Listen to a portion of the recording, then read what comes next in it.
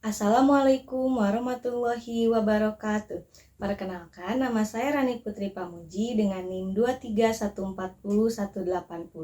Di sini saya akan mempresentasikan hasil tugas saya untuk memenuhi penilaian ujian tengah semester mata kuliah Psikologi Pendidikan dengan dosen pengampu Ibu Febrianti Yulisa Triani, SPDI MPD.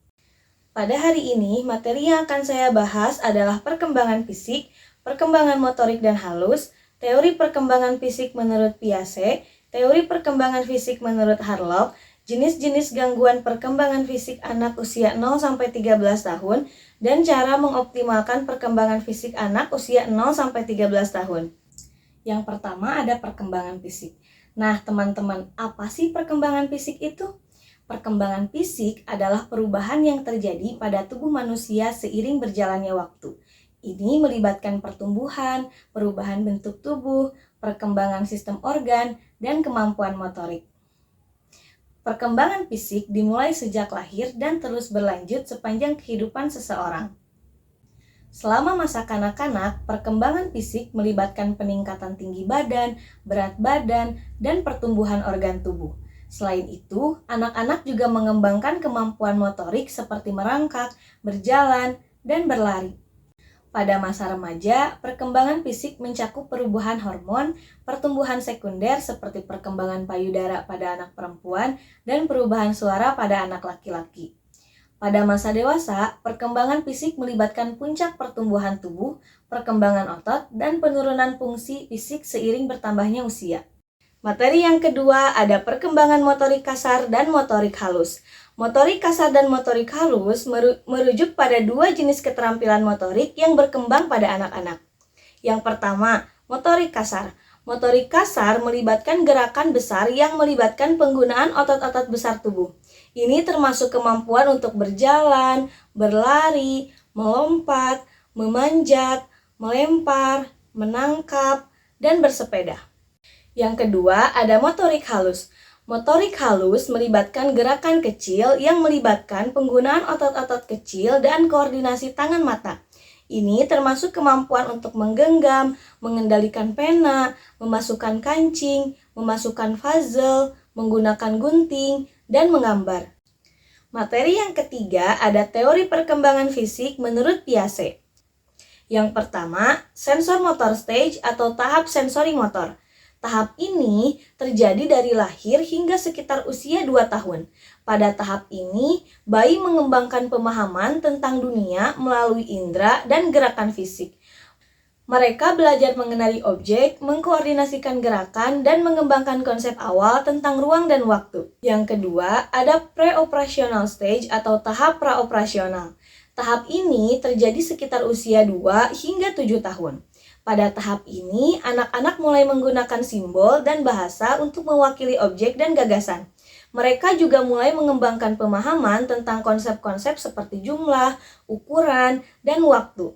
Namun, pada tahap ini, anak-anak cenderung terjebak dalam pemikiran egosentris di mana mereka kesulitan memahami perspektif orang lain. Yang ketiga, ada concrete operational stage atau tahap operasional konkret. Tahap ini terjadi sekitar usia 7 hingga 11 tahun. Pada tahap ini, anak-anak mulai mengembangkan kemampuan berpikir logis dan memahami konsep-konsep abstrak. Yang keempat, ada formal operational stage atau tahap operasional formal. Tahap ini terjadi pada usia 11 tahun ke atas. Pada tahap ini, individu mulai mengembangkan kemampuan berpikir abstrak, hipotesis, dan pemecahan masalah yang kompleks. Materi yang keempat ada teori perkembangan fisik menurut Harlock. Menurut Harlock, seorang psikolog perkembangan terkenal, perkembangan fisik manusia dapat dibagi menjadi beberapa tahap. Yang pertama, masa pranatal. Tahap yang kedua ada masa bayi. Yang ketiga ada masa batita. Yang keempat ada tahap masa prasekolah. Yang kelima ada tahap masa sekolah awal. Yang ketujuh ada masa remaja tengah. Yang kedelapan ada masa remaja akhir. Yang kesembilan ada masa dewasa awal. Yang kesepuluh ada masa dewasa tengah dan lanjut. Materi yang kelima ada jenis-jenis gangguan perkembangan fisik pada anak usia 0-13 tahun. Yang pertama, kelainan bawaan.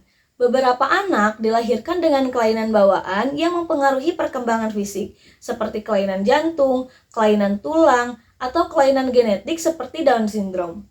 Yang kedua, ada gangguan pertumbuhan. Gangguan pertumbuhan dapat mempengaruhi tinggi badan dan berat badan anak. Contohnya adalah gagal tumbuh, gagal kelenjar tiroid, atau gangguan nutrisi seperti kurang gizi. Yang ketiga, ada gangguan motorik. Beberapa anak mungkin mengalami gangguan motorik yang mempengaruhi kemampuan mereka dalam mengendalikan gerakan tubuh. Yang keempat, gangguan sensorik. Anak-anak dapat mengalami gangguan sensorik yang mempengaruhi persepsi mereka terhadap indera seperti pendengaran, penglihatan, sentuhan, atau rasa. Yang kelima, gangguan kesehatan mental. Beberapa gangguan kesehatan mental juga dapat mempengaruhi perkembangan fisik anak. Contohnya adalah gangguan autisme, gangguan hiperaktif dan kurang perhatian atau ADHD, atau gangguan kecemasan. Yang keenam, ada gangguan sistem saraf. Gangguan sistem saraf dapat mempengaruhi perkembangan fisik dan kognitif anak. Contohnya adalah epilepsi, gangguan perkembangan otak, atau gangguan neuromuskular. Yang ketujuh, ada gangguan genetik. Beberapa gangguan genetik dapat mempengaruhi perkembangan fisik anak. Contohnya adalah sindrom Turner, sindrom Marfan, atau sindrom Williams. Materi yang keenam ada cara mengoptimalkan perkembangan fisik anak usia 0-13 tahun. Berikut adalah beberapa langkah yang dapat diambil. 1. Nutrisi yang seimbang. Pastikan anak mendapatkan makanan yang sehat dan bergizi. Yang kedua, ada aktivitas fisik. Dorong anak untuk terlibat dalam aktivitas fisik yang sesuai dengan usia mereka. Yang ketiga, tidur yang cukup. Pastikan anak mendapatkan waktu tidur yang cukup setiap malam. Yang keempat, ada rutinitas higienis. Ajarkan anak tentang pentingnya menjaga kebersihan diri. Yang kelima, pemeriksaan kesehatan rutin. Pastikan anak menjalani pemeriksaan kesehatan secara rutin. Yang keenam, stimulasi lingkungan. Berikan lingkungan yang kaya akan rangsangan dan interaksi sosial. Ajak anak berbicara, membaca, dan bermain bersama. Yang ketujuh, batasi penggunaan layar.